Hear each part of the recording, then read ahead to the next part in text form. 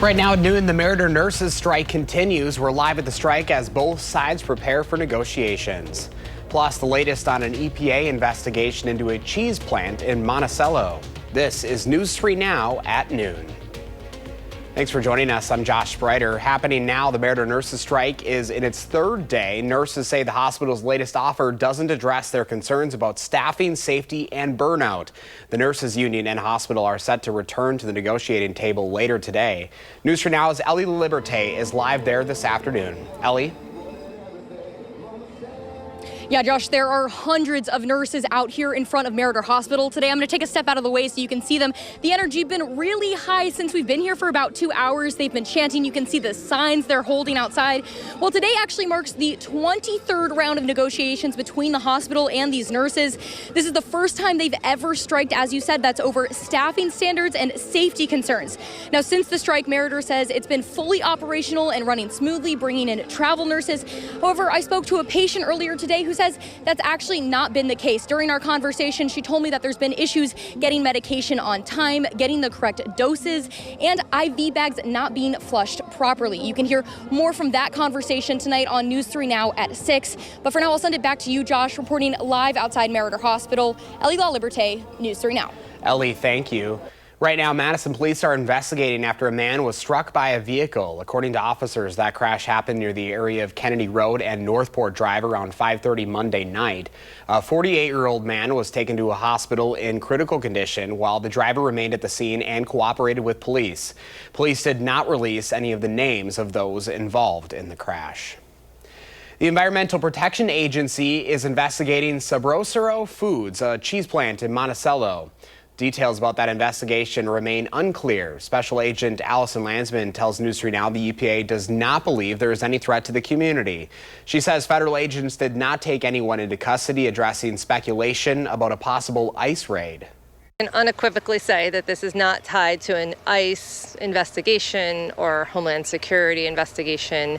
We have no ICE or HSI agents out here. There are allegations of environmental crimes, and in order to execute a federal search warrant, you have to have probable cause to believe that an environmental crime was committed.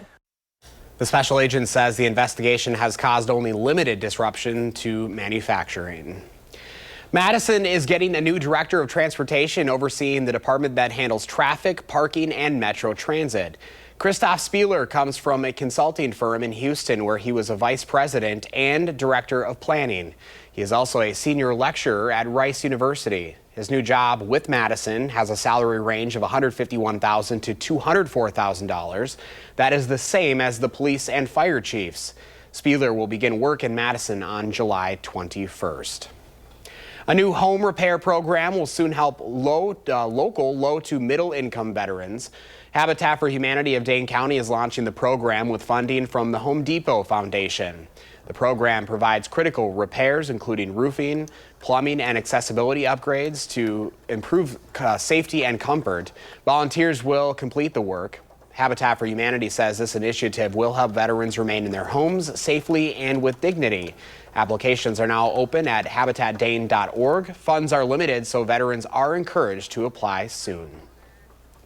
There's more controversy over a series of recent presidential pardons, including reality stars Todd and Julie Chrisley. They were released after serving time for fraud and tax evasion. The Chrisleys are among a wave of relief recipients this week, also including the notorious former Chicago gang leader Larry Hoover. He received a commutation of multiple federal life sentences for running a criminal enterprise while imprisoned on a murder conviction. Hoover still faces 200 years on state charges. Then yesterday, a month after Michigan Democratic Governor Gretchen Whitmer visited President Trump at the White House, Trump suggested he's considering a pardon for the men convicted in a plot to kidnap her in 2020. It looked to me like somewhat of a railroad job. I'll be honest with you. It looked to me like some people said some stupid things. You know, they were drinking, and I think they said stupid things, but I'll take a look at that. President Trump claims a weaponized Department of Justice launched the prosecutions that he is wiping off the books. Well, rain chances are sticking around in the forecast. First Warn meteorologist Jacob Montesano is out on the weather patio, and you can feel the heat is moving on in. Yeah, definitely a lot better than yesterday by about 10 degrees right now, and it may get a little bit warmer before the day is over. 67 in Madison, a lot of the area in the 60s, some places already in the lower 70s. And as we compare the temperatures right now to 24 hours ago, around 5 to 12 degrees warmer, depending on a few locations, but certainly noticeable if you step outside. It honestly feels even warmer than just 10 degrees warmer than yesterday because we're seeing sunshine right now where we saw a lot of clouds and some light rain yesterday. Now, throughout the day, temperatures are going to peak around 70 degrees. Like I mentioned, a few areas already getting into the lower 70s. We'll continue to see partly cloudy to mostly cloudy skies. Still could see a small chance of rain today. Not really seeing that on radar right now, but if we look at future track, some pop-up showers are still possible at times, but anything that does fall will be very light and very brief. So pretty much for the rest of the day, we're expecting very nice conditions, and that's going to continue into the overnight hours. But a better chance of storms will come tomorrow as those temperatures continue to warm up. I'll talk about how warm they could get and track out the chance of storms coming up a little bit later. All right, Jacob, we'll see you in a few minutes. Thank you. Well, the Packers' first regular season game is still about 100 days away, but fans of the green and gold have another date to mark on their calendars. Packers Family Night is set for August 2nd. They'll be celebrating their 24th year. Fans heading to Lambeau can look forward to giveaways, game day music, and fireworks. This year, Family Night will feature a full team practice. Tickets go on sale June 16th at 10 a.m. and are available as mobile tickets only with a limit of 10 tickets per purchase on the first day. Fans planning to park in the Lambeau Field lots must also purchase a mobile parking pass in advance. Well, still to come on News 3 Now at noon, the U.S. Court of International Trade blocks President Trump from imposing sweeping tariffs on other countries. Plus, why more than 1 million Ford and Lincoln vehicles are being recalled.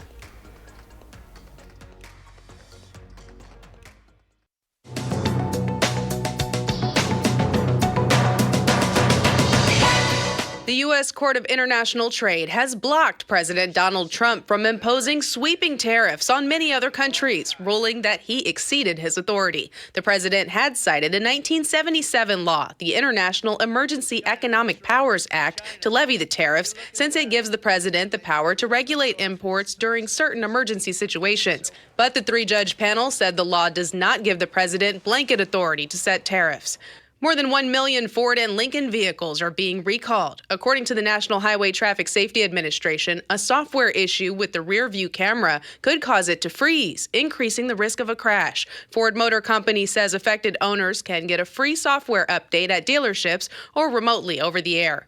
And Twix is moving on to its third cookie-inspired flavor. Twix Snickerdoodle adds cinnamon sugar spiced caramel to its signature candy. The new bar is set to hit store shelves nationwide in July. That's your CBS News Money Watch report. For more, log on to cbsmoneywatch.com. At the CBS Broadcast Center, I'm Jesse Mitchell. Here's a look at the current stock numbers at the noon hour. The Dow is up 16 points, NASDAQ up 116, and the S&P 500 also up this hour 18. Up next, Pam is here with the farm numbers, and Jacob returns with the first warn forecast. And later on Live at 4, Governor Evers meets with Republicans on the state's powerful budget writing committee. We'll see if the two sides can come to any kind of compromise. Welcome back to News 3 Now at noon. Pam Yankee is in the house for your Midwest Farm Report. How are you doing? Dude, good to see you. Good to see you. I always love you in studio. This is just like, oh. Except they're always worried we're going to get carried away just with our chit-chat. It's going to happen. Because we can. What do we got going on? Well, so today I thought with the nicer weather, we might as well talk about bugs. Yeah, they're back in a big way. And I want my Wisconsin farmers to be on the lookout. Take a look at this video that Dr. Sean Connolly, University Extension soybean specialist, sent. Kind of makes my skin crawl looking at it. So those are armyworm and cutworm. And they are after our corn, they're after our wheat, they're after small grains, forages, even green soybeans, he said. So the little rascals are hungry. This is from Dane and Rock County. So that's where the threshold seems to be the strongest right now. But you know as well as I do, these little rascals move. So start scouting your fields. And to try to keep you up to speed, they've created a new website that you might want to take a look at as well. It's kind of a compilation, the badgercropnetwork.com. All of the University Extension specialists, Rodrigo Worley, our weed guy, Damon Smith, our plant pathologist, all the folks, Sean Conley and our alfalfa specialists, they're all together in one spot, and they have literally kind of breaking news, if you will. So that's the place you want to check out as this growing season unfolds, because you knew they were coming. I just wanted you to see the visual of why they were there. So another thing to remind you, we've got the dairy breakfast activity starting this weekend. Saturday is the Greene County breakfast on the farm, but looking ahead, still need volunteers for Cows on the Concourse on the Capitol Square, Saturday, June 7th, and also coming up for the Dane County breakfast on the farm at the Hinchley Dairy operation in Cambridge.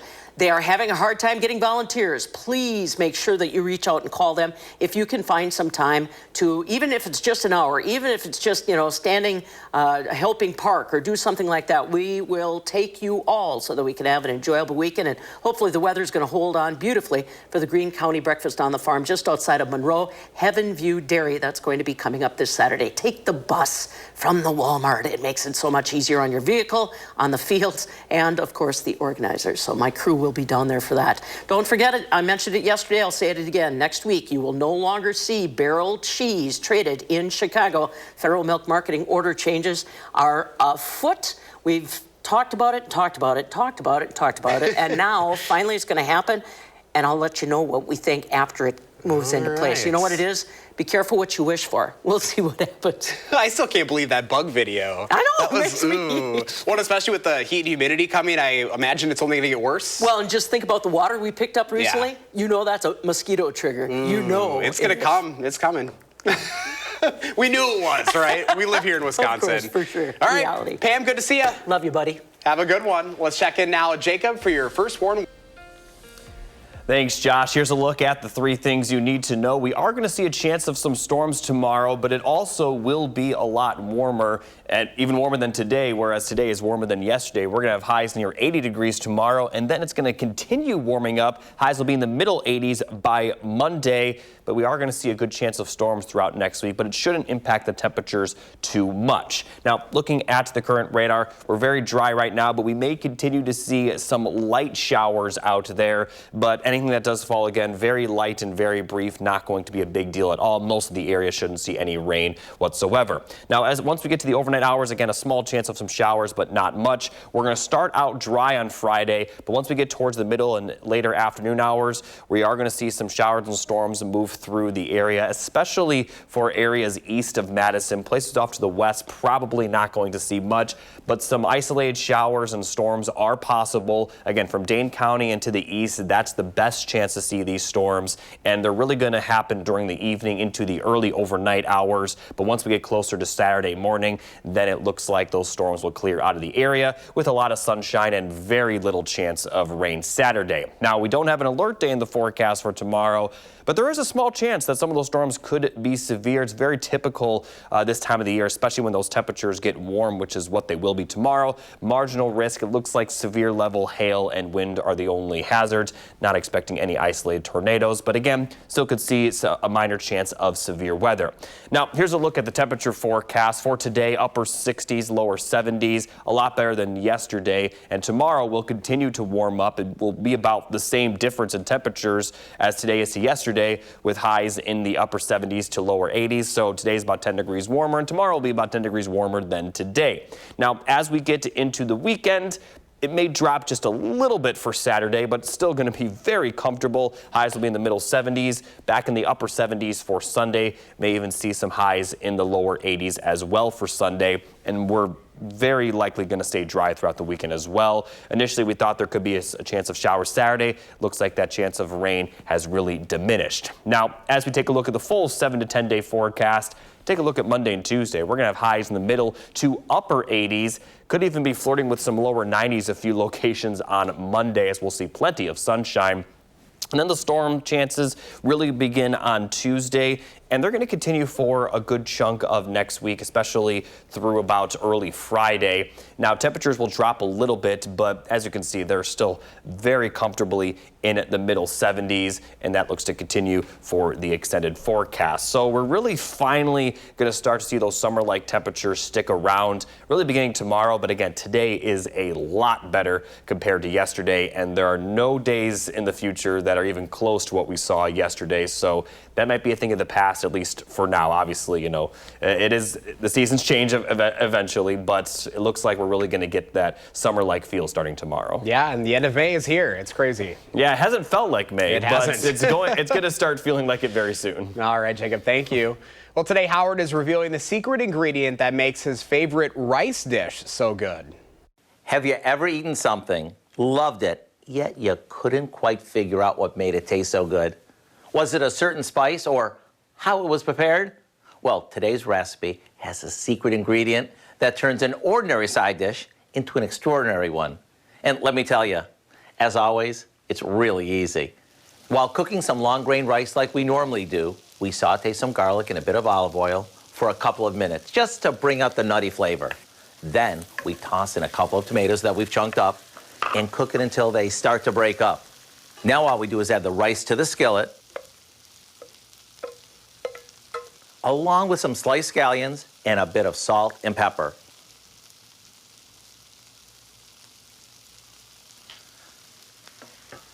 Once that's all mixed, we add our secret ingredient, some ranch dressing.